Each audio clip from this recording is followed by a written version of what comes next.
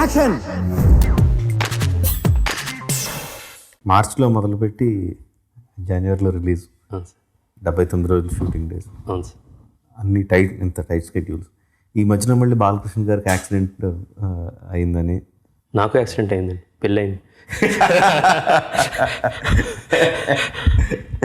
Actually అది energy booster. నమ్ము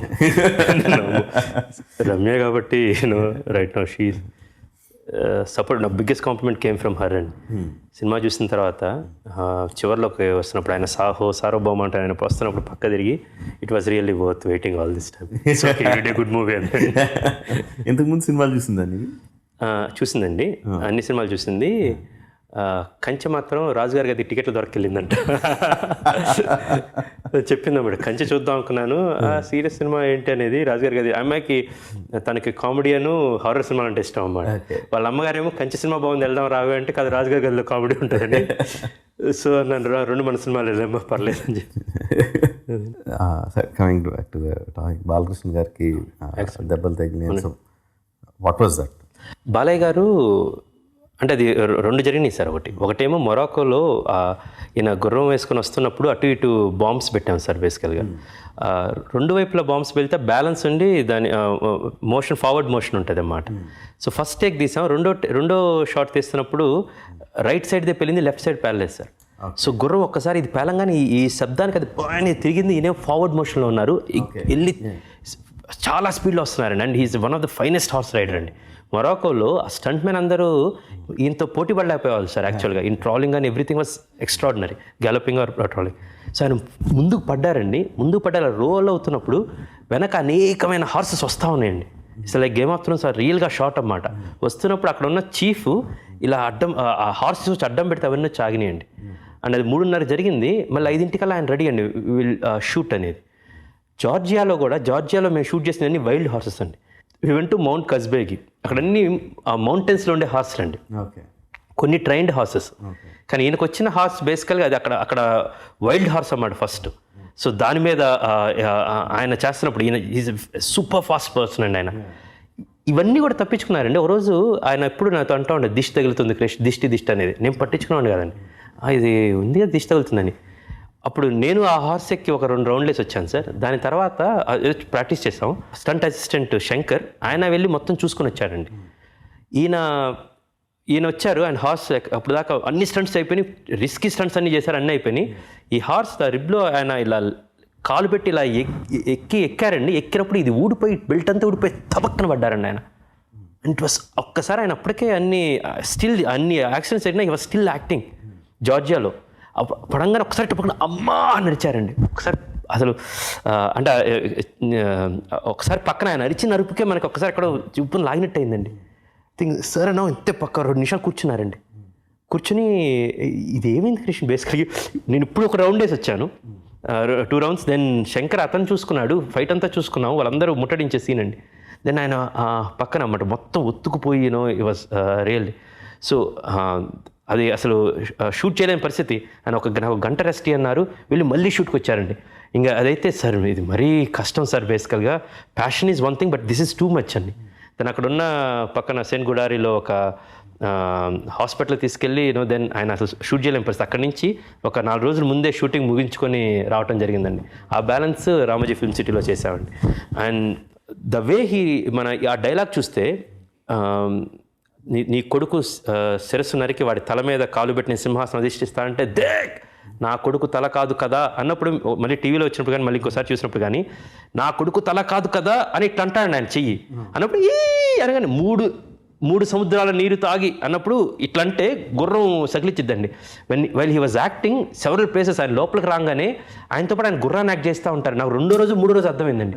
నేను ఈ అందండి అనగానే నేనేమో డైలాగ్ చెప్తున్నప్పుడు ఒక రకంగా వెళ్ళి, సరే అలా ఎక్కడ గ్యాప్ వద్దు సార్, నా కొడుకు తల కాదు కదా, 3 సముద్రాల నీరు తాగి ముందు కొడుకుతున్న నా గుర్రపు గట్ట కంటే మట్టిని కూడా ముట్టలే అని చెప్పాను. ఆయన 2-3 సార్లు ఈ 3 సముద్రాల నీరు తాగి నా గుర్రపడినాడు.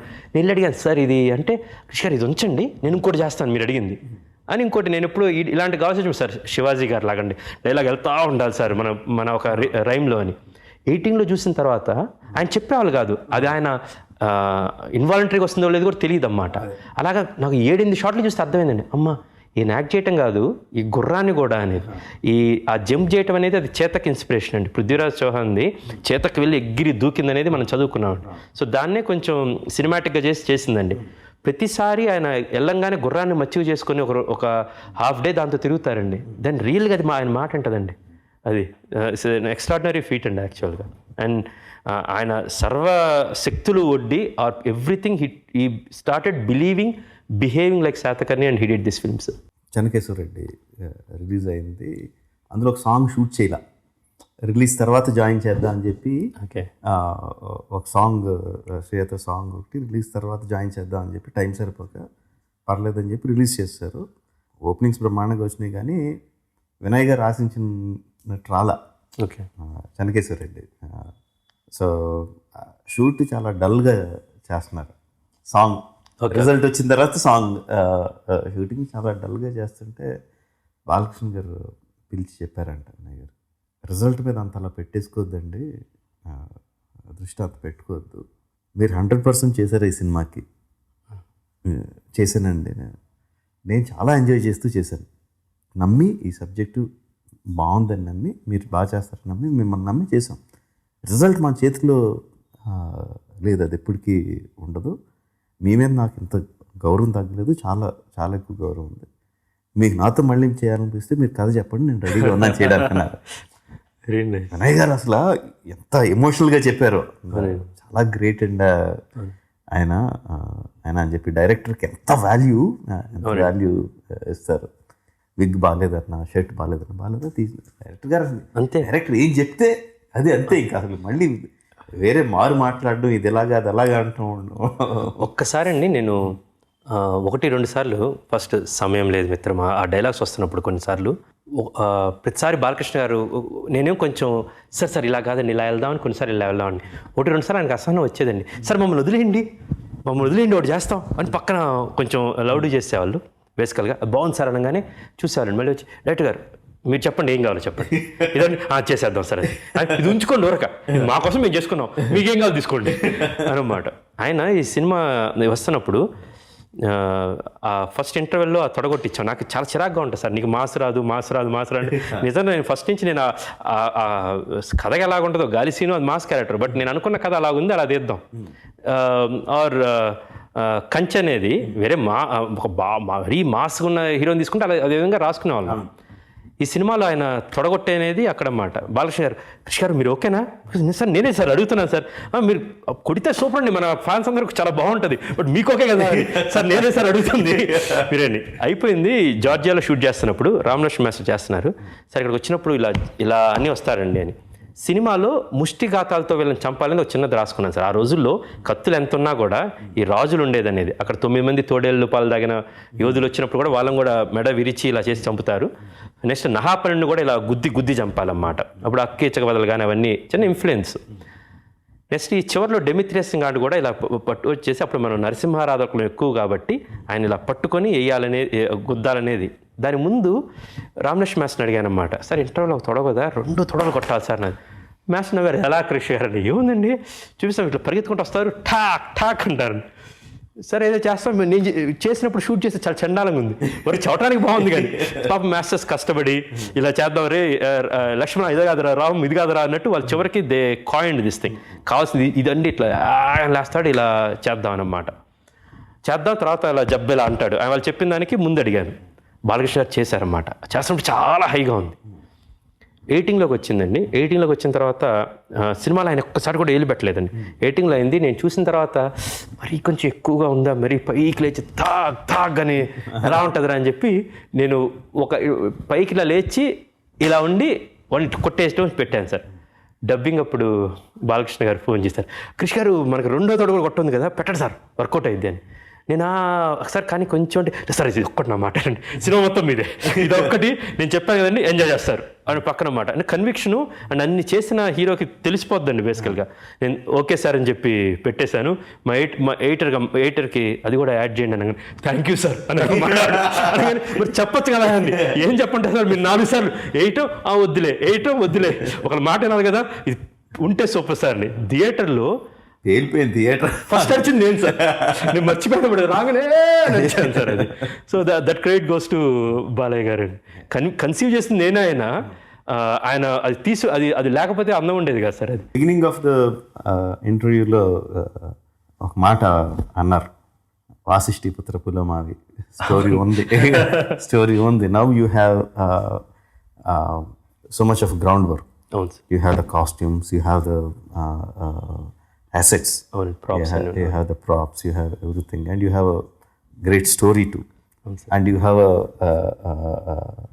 trusting hero. Yeah, trust, and you have a market now. అవును sir. You have a market now. So what Vasishti Putra Pulamavi దాని తాలూకు happening.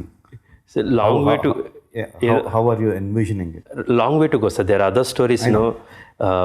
ఒక చిన్న కుతి అంటాం, అది హిస్టారికల్ సినిమా తీయాలి ఈ గౌతమిపుత్ర శాతకర్ణి అనేది, అది తీరింది సార్ యాక్చువల్గా. Now I have other story which I want to really tell for long time. Gautamiputra Satakarni ఇది వాసిష్ఠిపుత్ర పులోమి అవి తీయాలి అంటే బేసికల్గా నాకు కుతి తీరిపోయింది ఇప్పుడు. మళ్ళీ దాని మీద ఎప్పుడు ఇంట్రెస్ట్ అర్జ్, మళ్ళీ ఎప్పుడు ఆ ఇంట్రెస్ట్ వచ్చిద్దో అప్పుడు. బట్ మళ్ళీ ధైర్యం చేయండి సార్, ఇదేదో పిచ్చి మూర్ఖత్వంగా ఆ ప్యాషన్ని 79 రోజుల్లో మళ్ళీ మీరు ఇదే సినిమా ఇచ్చి చేయమంటే చేయలేము sir. I don't think this magic won't happen again. ప్రస్తుతానికి నోరు మూసుకొని నేను ఇంకో కథ వేరే కథ చేసుకుంటూ కూర్చుంటాను సార్. మళ్ళీ అంత సాహసం అప్పుడే చేయండి. ఓకే, సో మీలో ఆ కుతి మళ్ళీ కలగాలని కోరుకుంటున్నాను. All the best, congratulations, fantastic job. Thank you so much. వేదం సినిమా చూసి నేను థియేటర్లో ఉన్నప్పుడు నాకు రమ్మక్క ఫోన్ చేసి అర్జెంట్ ఇంటికి రా జక్కన మాట్లాడతారంటే, నేను జనరల్గా బాగుందో బాగాలేదో చెప్తారు, బేసికల్ జనరల్ కూర్చుంటాను. ఎందుకంటే అప్పుడే సాన్నిహిత్యం పెరిగింది. మీరు మగధీర చేస్తూ రికార్డింగ్ చేస్తున్నప్పుడు నేను వేదంకి అక్కడే అదే ప్రసాద్ ల్యాబ్లో తిరుగుతా, మీకు తెలియకుండా చాటుగా మగధీర సినిమా చూస్తూ ఉండేవాడిని. అక్కడ వచ్చేసరికి బయట రఘు గారు వీళ్ళందరూ టీవీలు కెమెరాలు ఉన్నాయి, వీళ్ళు కూడా వచ్చారేంటి ఏదో ఉందిలే అనుకున్నాను మన సంబంధించింది. పైకి వచ్చేసరికి మీరు కూర్చోబెట్టి, that's one of the biggest gift I ever got. ఈరోజు మళ్ళీ ఇక్కడ కూర్చోవటం ఇట్స్ వన్ ఆఫ్ ద, మీరు ఉన్నారని చెప్పటం కాదు, it's one of the pride moments. నేను ఒక మంచి సినిమా తీశాను, మళ్ళీ రాజమౌళి గారు నన్ను పిలిచి మళ్ళీ కూర్చోబెట్టుకున్నారనేది నేను ఫీల్ అవుతున్నాను. ఎందుకంటే మీరు ట్వీట్ చూసి నేను ఫోన్ చేస్తే బుర్రా సాయిమాధవ్ గారికి ఇచ్చిన అద్భుతమైన, మీరు అన్నారు ఆ 33 కత్తులు కలిపి చేసిన అఖండ కరవాలం ఏదైతే ఉందో అది ఆయన కలవన్నట్టు, నాకు ఇంటర్వ్యూ మీరు ఇచ్చిన అతి గొప్ప ప్రశంస అండ్ అతి గొప్ప సర్టిఫికేట్ అండి. Thank you so much for this. I'm heart felt. Thank you so much sir. Thanks. మీకు ఈ వీడియో నచ్చితే ఒక లైక్ కొట్టండి, లేకపోతే కామెంట్ చేయండి, బట్ సబ్స్క్రైబ్ చేయడం మర్చిపోకండి.